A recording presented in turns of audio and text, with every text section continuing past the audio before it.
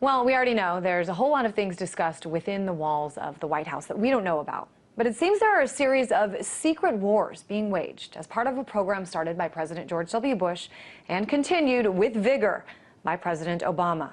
It's called the Olympic Games, and one example of this came in the form of a cyber worm that outsiders actually referred to as Stuxnet. This was sent into Iran a couple years ago to disrupt certain aspects of their nuclear program. Well, it turns out the U.S. and Israel were behind that. They developed it and carried out the attack. Are you surprised? Well, you shouldn't be, because we've been telling you this for more than a year now. But now David Sanger of the New York Times is saying it as well. Now, this article, it was published today. It says it appears to be the first time the United States has repeatedly used cyber weapons to cripple another country's infrastructure, achieving with computer code what until then could be accomplished only by bombing a country or sending agents in to plant explosives. So we want to talk about not just these cyber attacks, but also about the message that we've been hearing from those on the inside, a message very different, it turns out, from what's actually been happening.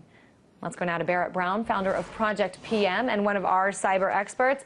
Hey there, Barrett. I guess let me first just get your reaction to the news that the U.S. government has been behind several cyber attacks, including Stuxnet. Well, this is one of those things that was very widely just considered to be the case ever since Stuxnet appeared and was identified. We're seeing a similar situation with the new Flame, whereby it's already being hypothesized that, this is probably another U.S.-oriented capability. Things like this obviously were a long time coming, and there's going to be arguments, reasonable arguments, in favor of them, in so much as that what we're seeing obviously is a new means of warfare that doesn't involve violence. It's not going to have any civilian casualties, and no bombs going astray. And of course, it's hard to get excited. It's hard to get that upset about a liberal democracy like the U.S. taking out the nuclear capabilities of what's essentially still a pseudo-theocracy of Iran. The problem is that this is just one aspect of the cyber capabilities that are being sought and developed, not just by the U.S. within its own internal sort of mechanisms, but also by a number of parties outside, a number of contractors, for instance, and of course other states that are a little bit less straightforward than something like this, where you're just taking out nuclear machinery. Well, I want to play something too for you. This is an interview in July of last year. This is one of our RT correspondents interviewing Eugene Kaspersky, a security software mogul. Let's take a look. Are cyber wars between nations like a reality already, and we don't know about that? We have just one incident, and we have this information from, well, I personally have this information from two sources. First of all, that's a malicious code, the virus itself, and from the news, because secret services or nuclear power plants people, they don't report me. So then from the code I see that this is a very complicated, very sophisticated malicious code. That's a very big project. I think there was a group of high-end experts to design that. So back then it was high-end experts who designed it. Now it's confirmed that it was in fact the U.S. and Israel. Do you think this will have an impact on future attacks? Well, the fact that it seems to have had an effect, approaching what they wanted it to be, I think that will obviously encourage other actors and the U.S. as well to continue with these same kind of attacks. And that's something that was inevitable. I mean, to the extent that other individual parties have militarized cyberspace, to the extent that there's, you have botnets, you have, 0 days, all these other sort of malware by which to get into other people's computers. I mean, it's even something that's hard for someone like me to criticize when the U.S. does it. I mean, it's only fair that they'd be able to. Again, though, one of the problems here, even with these kind of conventional straightforward attacks, is that it further detaches the active warfare from the citizenry. As in, these kind of things are obviously done in a covert fashion, whereby you have a certain government, even a liberal democracy, waging a certain kind of war against another government, and then the citizenry sort of has to sort of guess as to what's happening.